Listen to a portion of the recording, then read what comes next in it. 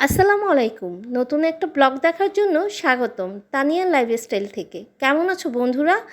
আজকে এত সুন্দর ওয়েদার, আর কোথায় যাচ্ছি চলো দেখা যাক। যাচ্ছি হলো পার গ্যান্ডারি।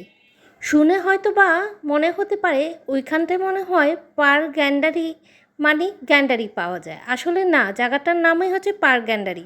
নৌকা দিয়ে পার হওয়ার সময় দেখা হয়ে গেল তিনটা ভাইয়ের সাথে। তারা কাঁঠাল খাচ্ছিল ভেঙে, বলল কাঁঠালটা একটুও মিষ্টি না।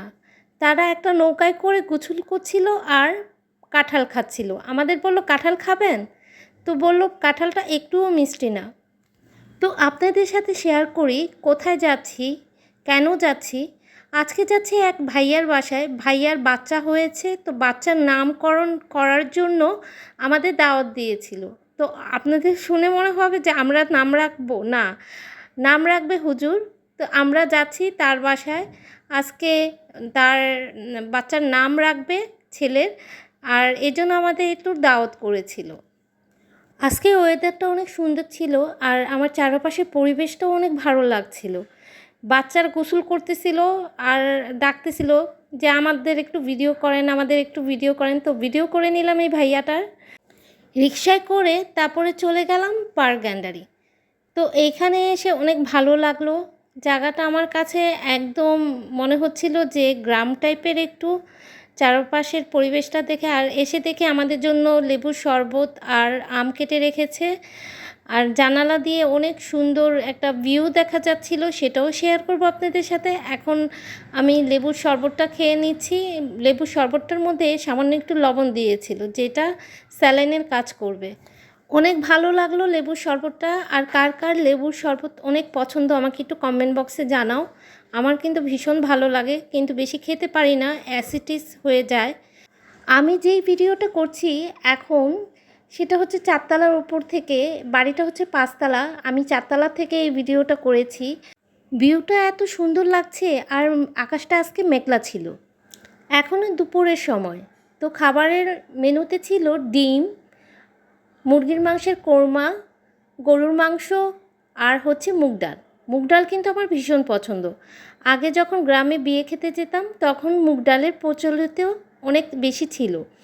আর অনেক দিন পর দাওয়াত খেতে এসে মুগ ডাল দিয়ে পোলাও খেলাম। পোলাওটাও বেশ মজা হয়েছিল, রান্নাটি ভীষণ মজা ছিল। গরুর মাংসটাও অনেক মজা ছিল, সব নিয়ে অসাধারণ। সবাইকে অনেক ধন্যবাদ যারা আমার ভিডিওগুলো দেখছেন। আর এই যে আমি যেই বাসায় এসেছিলাম, ওই ভাইয়া ভাবি আমাকে একটা 3 পিস দিয়েছে।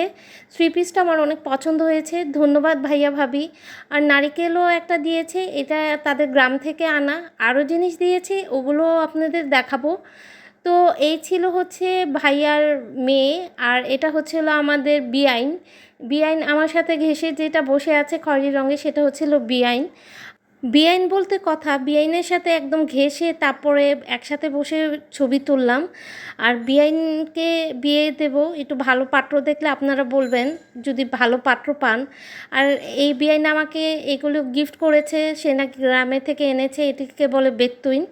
আমি এর আগে খাইনি, এই ফার্স্ট টাইম খেলাম। যে ছোট্ট বাবুটা দেখতে পাচ্ছেন তার জন্যই এই অনুষ্ঠান। তার অনুষ্ঠানে এসেছিলাম, নান্টু ভাইয়ের ছেলে।